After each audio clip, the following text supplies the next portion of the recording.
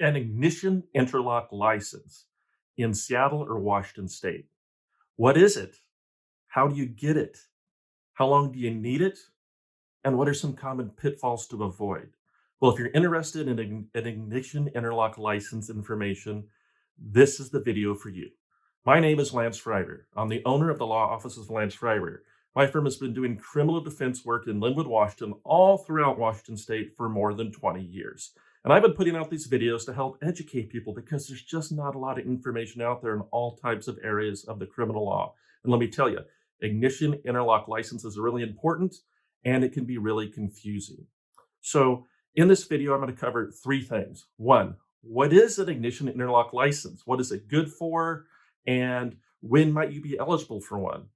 Number two, and this is important, how do you get an ignition interlock license? What do you do to be able to get one? What should you expect? What are the steps to take?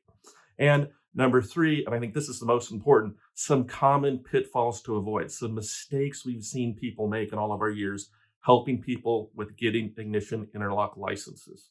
So again, I put these videos out to help the public. So if you find this helpful, please like this video.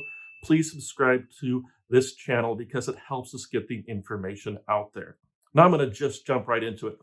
What is an ignition interlock license? Well, it's a license that allows you to drive during a period of suspension of your regular driver's license.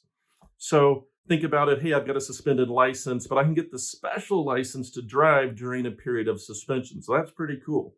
When is it you can get one? When might you need one? Well, if your suspension is for a DUI or a physical control, if you have a suspension for reckless driving, or you have a suspension for vehicular assault involving drugs or alcohol, or vehicular homicide involving drugs or alcohol, then you may be eligible to apply for an ignition interlock license. And so how long do you need an ignition interlock license for? Well, as long as your normal license is suspended. So let's say you suffer, the most common thing is you suffer a 90-day license suspension for a DUI. Well, if you follow the right steps, you can apply for an ignition interlock license and have that issued prior to your suspension starting for the DUI and be driving the entire time. So again, what is that license? Well, you need to have certain things to be able to drive on an ignition interlock license. You need to have SR22 insurance, which is a special type of insurance, which I covered in a previous video. Think about it as a promise by an insurance company to tell the Department of Licensing when you get your insurance and to tell them if you drop your insurance. And you need to have an interlock in any vehicle that you drive. There's an exception for work-owned vehicles. And again, we cover that in another video. So if you have a question about driving a work-owned vehicle on an ignition interlock license, please look for that other video. So two, how do we get an ignition interlock license? Well, there's basically three steps. Number one, you need to go to the Department of Licensing's website, www.dol.wa.gov, to either download a form for sending in manually to get an ignition interlock license, or you need to go through your Licensing Express account on the Department of Licensing website to apply electronically for ignition interlock license. And in the description to this video, you'll find a link to the form if you want to do it manually. And you'll also find a link to the page for Department of Licensing that explains a lot of this and actually lets you log into your Licensing Express account. If you haven't ever established a Licensing Express account, you can do that on the website. Just make sure you choose a personal account and not a business account, because that will cause some big headaches. That's happened to a few people that we've worked with. So number one, you need to send in that application either in the mail or online. And whichever form you choose, you also need to pay them a fee. Currently, it's $100. I'm filming this in March of 2021, and right now it's a $100 fee. So that's step one. Send in the form with $100. Okay, step two, you need to get the ignition interlock device installed in whatever car that you're going to be driving in. So there's 5 or 6 different places that do this. You can look it up online, you can call our office, but there's about 5 or 6 different places that install interlocks. Not a big amount to install, but figure $100 and $125 a month, somewhere in there, it varies, is what it might cost you to have the interlock. And then third, you need to get SR22 insurance. Again, that's that special insurance that tells the insurance company that they will let the Department of Licensing know when you have the insurance, and they'll let Department of Licensing know when you drop it.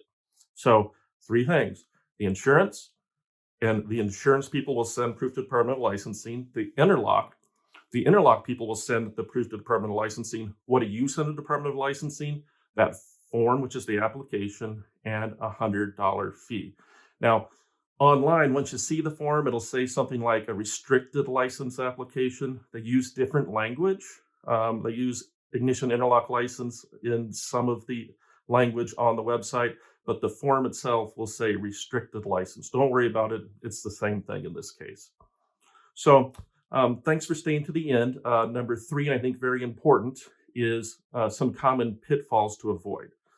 The most common pitfall you have to worry about is just delaying too long. Okay, if you've got a suspension that's going to start, usually it's going to be a couple weeks notice before you have a suspension start. Jump on things. It takes a while for all this to happen. Okay, and once Department of Licensing gets all 3 things, the application with the fee, the proof of the interlock, and the proof of the insurance, they still don't just instantaneously issue your license. It goes into a pile. And then someone's got to get to that. So you need to hurry up and get this done. Number 2, if you delay, there's a 30-day rule. Once Department of Licensing gets the first thing sent to them, they're going to hold on to your pile for 30 days.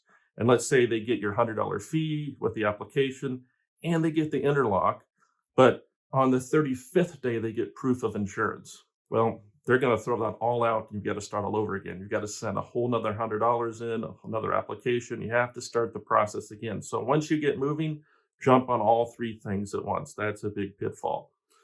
And I think the scariest pitfall we see is people see that their check has been cashed by Department of Licensing and they've done everything. And so once they see their check is cashed, now they think they can drive. Well, I must have my license. And that is not the case. And so you might be driving during a period of suspension and you don't have a license, but you think they took my money. Well, that's true, but that doesn't mean they've issued the license because it has to go into another pile. And so what we tell our clients is we tell them, hey, when you can check on the application, how do you want your ignition interlock license sent to you? You can do it by mail, or you can do it by email. We always say choose email because you'll get it right away. And what does ignition interlock license look like? For the most part, it's a piece of paper if it's a normal period of suspension. If you have a longer period of suspension, you will, I believe, get a card that basically says you can drive with an ignition interlock. And when I say you can drive with one, that means you can go wherever you want. You can go to work, you can go to school, you can go to the bar, but you can't drink because you've got to blow to start your car. So make sure that you follow the rules, you follow the instructions, but those are some pitfalls to avoid. So I hope you find this video helpful. I hope you found it helpful. If so, please like and please subscribe. It helps more people get this information out. And if you find yourself in this situation, feel free to give my firm a call. Again, I'm Lance Fryrear. I'm the owner of the law offices of Lance Fryrear. We've been defending people charged with crimes for more than 20 years. If we're able to help you, we'll set you an appointment. We'll talk about what you need to do, and we'll do everything we can for you. We'll be there for you. Thank you.